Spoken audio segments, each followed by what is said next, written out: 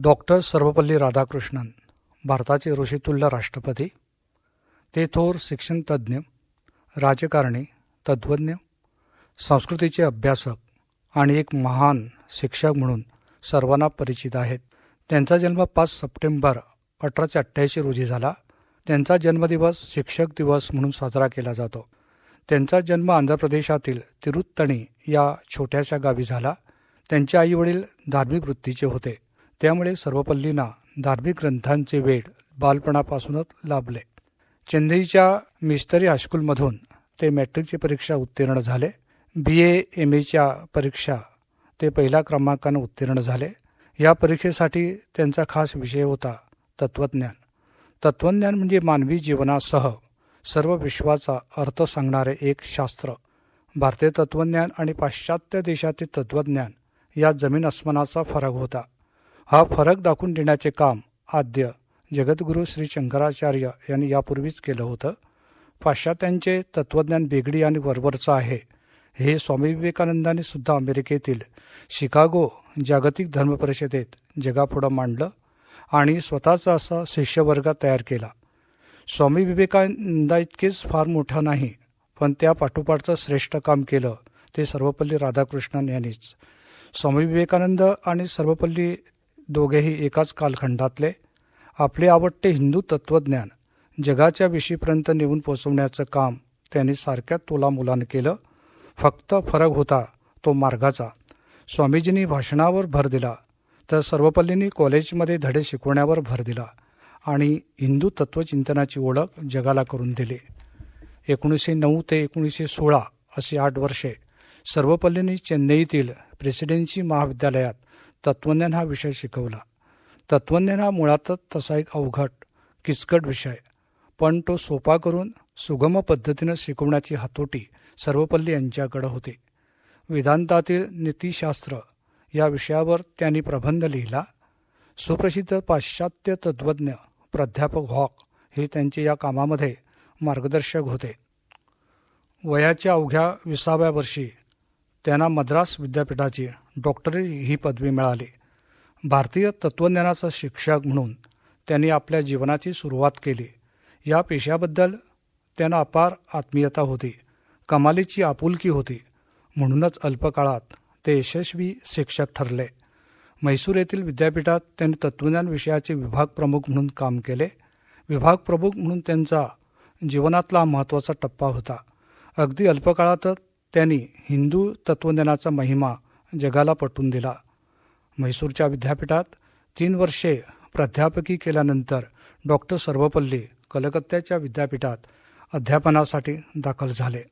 कलकत्ता विद्यापीठातही एक विद्यार्थीप्रिय अध्यापक म्हणून त्यांचे नाव झाले.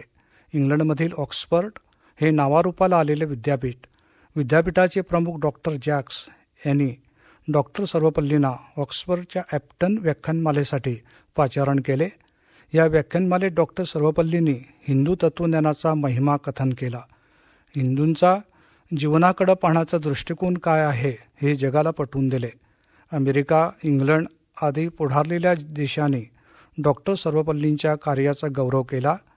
भारतातील मद्रास विद्यापीठानं त्यांचा गौरव करून त्यांना बहुमानाची D.Litt ही पदवी बहाल केली. भारतीय संस्कृती आणि हिंदू धर्म या एकाच नाण्याच्या 2 बाजू आहेत, त्या वेगळा काढताच येणार नाहीत. हिंदू धर्म हा एक जुन्यातला जुना धर्म आहे. एका अर्थानं हिंदू धर्म हा विश्वधर्मच आहे हे डॉक्टर सर्वपल्ली आपल्या भाषणातून वेदातील विविध दाखले देऊन सप्रमाण सिद्ध करत.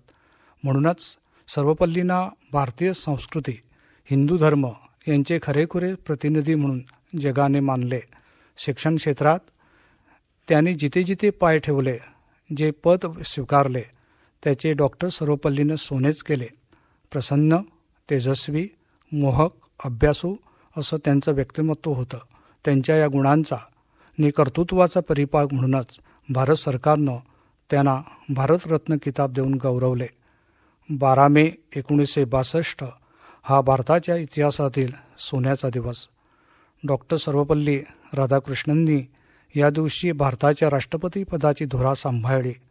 भारताच्या भौतिक, नैतिक, आर्थिक, शैक्षणिक आणि राजकीय विकासाची इथूनच सुरुवात झाली असं म्हटलं तर ते वावगं ठरू नये.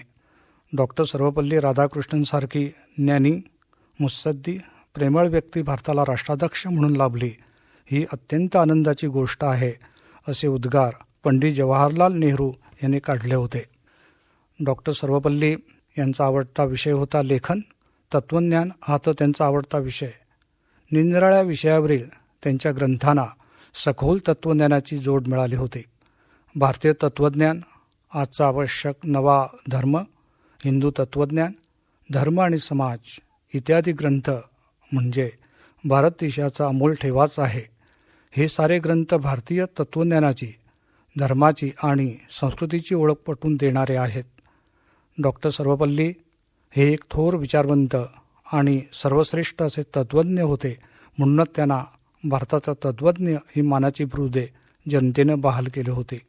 त्यांनी मांडलेली विचारतत्वे आकर्षक आणि मनोवेधक आहेत. समाजाला दिशा दाखवणारी होकायंत्रच आहेत. थोर महान विचारवंतांचे विचार ग्रहण केले पाहिजेत. ते मार्गदर्शक विचार आणि तत्वे कधीही निरुपयोगी नि टाकाऊ ठरत नाहीत. या विचारामुळंच नव्या प्रगतीची प्रेरणा मिळते. अशा प्रकारची त्यांची विचारतत्वे समाजाला दिशा देणारी आहेत.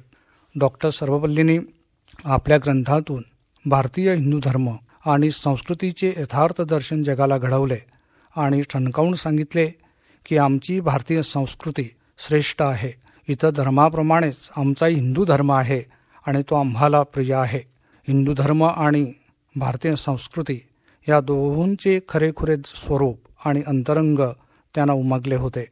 म्हणूनच ते म्हणत, ज्या धर्मात मनुष्य जन्म घेतो तो धर्म कधीही वाईट नसतो. जगातल्या कुठल्याही धर्मापेक्षा आमचा हिंदू काकणवरही उणा नाही. आमचा हिंदू धर्म नि संस्कृती श्रेष्ठ आहे असे सर्वपल्लींचे ठाम मत होते. भारतीय शिक्षणाविषयी डॉक्टर सर्वपल्लींनी मौलिक असे विचार मांडले आहेत. केवळ नवीन माहिती मिळवणं हे शिक्षणाचं उद्दिष्ट असता कामा नये. आधुनिक ज्ञान मिळवून व्यावसायिक कौशल्य प्राप्त करणे ही काळाची गरज आहे हे सुद्धा विसरून चालणार नाही. शिक्षणातूनच नैतिकता व चारित्र्य संवर्धनाचे संस्कार व्हायला हवेत. जगाबरोबर स्पर्धा करत असताना आपली भारतीय संस्कृती विसरता कामा नये. चारित्र्यवान पिढी भारताचं भविष्य उज्ज्वल बनवेल असे डॉक्टर सर्वपल्लींची विचारसरणी होती. कुठल्याही विषयापासून शुद्ध ज्ञानप्राप्ती हे विद्यार्थ्यांचं अंतिम ध्येय असायला हवे. केवळ भौतिक सुखप्राप्ती व्हावी यासाठी ज्ञानप्राप्ती करू नये. ज्ञानप्राप्ती आणि चारित्र्य संवर्धन यांची योग्य सांगड घालायला हवी. शिक्षण हा माणसाचा दुसरा जन्म होय असे ते म्हणत. खराखुरा शिक्षक हा शिक्षणातूनच विद्यार्थ्यांचा दुसरा जन्म घडवत असतो. विद्यार्थ्यांचे विशुद्ध चारित्र्य घडवत असतो. तोच खरा शिक्षक होय. डॉक्टर सर्वपल्लींचे शैक्षणिक विचार आजही समाजाला योग्य दिशा देणारे आहेत यात संशय नाही.